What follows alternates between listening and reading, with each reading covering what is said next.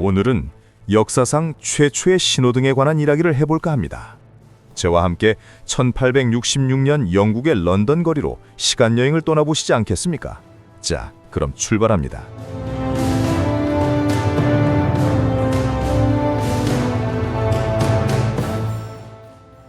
(1860년대) 영국 하면 무엇이 제일 먼저 떠오르십니까? 안개 낀 거리에 멋진 바바리 코트를 입은 영국 신사, 영화 셜록 홈즈나 올리버 트위스트에서처럼 모든 게 낭만적일 것 같죠? 도로의 사람들은 질서정연하게 말을 타고 다니고 도로는 깨끗해 사람들이 자유롭게 걸어다니는 모습을 상상해 보셨습니까? 그런데 천만에요.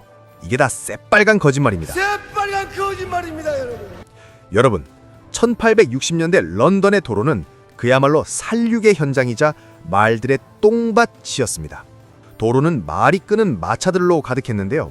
19세기 초반 시작된 산업혁명으로 인해 런던의 인구는 폭발적으로 증가하고 있었고, 도로는 마차, 짐수레, 말, 그리고 사람들이 뒤엉켜 그야말로 난장판이었습니다.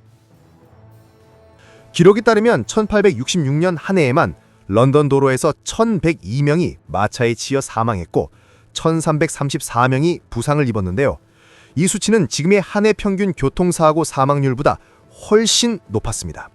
도로들은 말들이 싸지르는 배설물 냄새와 안개, 스모그가 뒤섞여 앞도 잘 안 보일 지경이었습니다. 가장 골 때리는 건 영국 의회가 있는 웨스트민스터 궁전 앞이었는데요. 가장 인파가 많이 몰리는 곳이었습니다. 그렇다 보니 그 혼잡도가 이로 말할 수 없는 지경이었습니다. 심지어 국회의원들이 의사당으로 들어가려는데 쌩쌩 달리는 마차 때문에 길을 건널 수가 없는 겁니다. 요즘 같으면 상상도 할 수 없는 일이죠. 야! 경찰청장 오라 그래! 이거 해결 못하면 우리 법 안 만든다! 의원들의 불호령이 잇떨어졌죠. 이에 많은 사람들이 머리를 맞대고 고민에 빠졌습니다. 그러더니 이때 철도 신호기술자였던 존 피크 나이트가 등장합니다. 그가 곰곰이 생각을 한 끝에 높이 6.7m짜리 거대한 신호기둥을 고안하게 됩니다.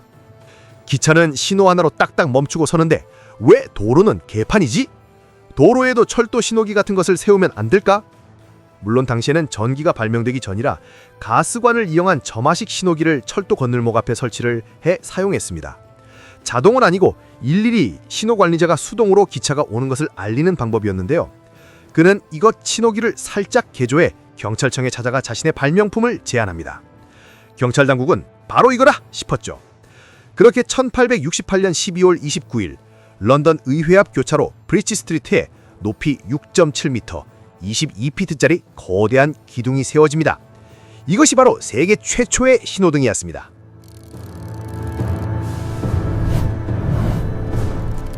전기 없던 시절 이 신호등은 어떻게 작동했을까요? 이것은 사실 아주 복잡하고 위험한 하이브리드 방식이었습니다. 낮에는 신호기가 잘 보였기 때문에 기둥 꼭대기에 잘린 긴 나무 막대기 팔을 움직여 신호를 보냈습니다. 팔이 수평으로 쫙 펴지면 스탑, 정지, 팔이 45도 아래로 내려가면 코션, 주의, 서행, 이런 식이었습니다. 하지만 여기서 재미있는 것은 당시엔 진행 신호가 따로 없어서 정지 신호가 없으면 눈치껏 알아서 가는 거였죠. 하지만 밤에는 사정이 달랐습니다. 어두워 신호기에 접이식 팔이 보이지 않았기 때문에 기둥 꼭대기에 있는 가스램프에 불을 붙였습니다. 물론 이것도 사람이 일일이 작동을 해야 했습니다. 가스불이 켜진 맨 꼭대기 칸에 빨간 유리를 끼우면 정지, 초록 유리를 끼우면 주의를 나타내는 신호였습니다. 앞서 말씀드렸다시피 이 모든 게 100% 수동이라는 거죠. 제복을 입은 경찰관이 신호등 바로 밑에 서서 24시간 내내 눈알 빠지게 마차를 감시하며 쇠로 된 레버를 으라차 하고 돌려야 했습니다. 가스 밸브 조절하랴, 레버 돌리랴 정신이 하나도 없었죠. 폭발의 그날 1869년 1월 2일 낮, 설치 초기인 1868년 12월 10일, 12일의 반응은 폭발적이었습니다. 우와, 저절로 움직이는 기계다! 런던 시민들은 신기해서 구경을 왔고 마부들도 신호에 맞춰 딱딱 멈췄습니다. 교통체증이 사라지는 기적을 맛본 거죠. 처음 3주간은 정말이지 대박 그 자체였습니다. 런던 시민들은 오 대단해! 를 연발하며 감탄했고 마차들도 신호에 맞춰 딱딱 멈춰섰습니다.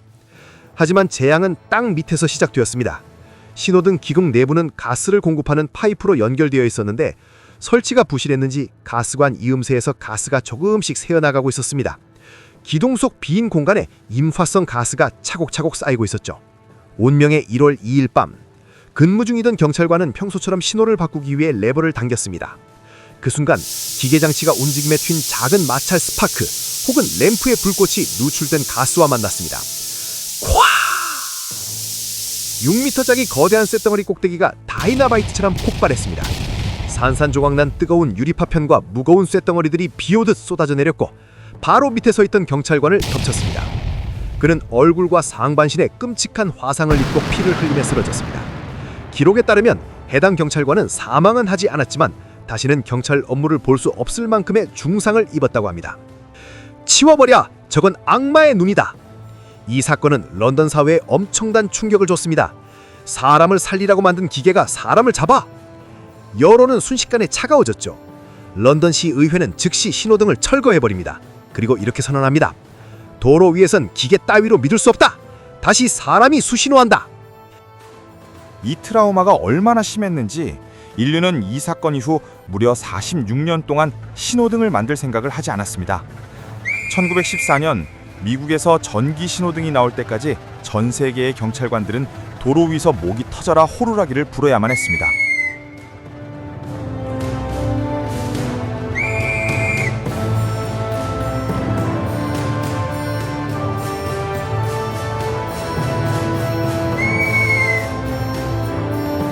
자, 시간여행자 여러분, 오늘 퇴근길 횡단보도 앞에 섰는데 신호가 빨간불이라 짜증나시다고요? 너무 화내지 마십시오. 적어도 지금 여러분 앞에 있는 그 신호등은 갑자기 폭발해서 여러분의 얼굴을 날려버리지는 않으니까요. 가끔은 지루한 기다림이 목숨 건 모험보다 나을 때라 있는 법입니다. 지금까지 시간여행자의 노트였습니다. 오늘도 즐거운 여행이 되었는지 모르겠네요. 저는 다음 시간에 더 재미있는 내용을 가지고 다시 돌아오겠습니다. 그럼 다음 시간까지 안녕!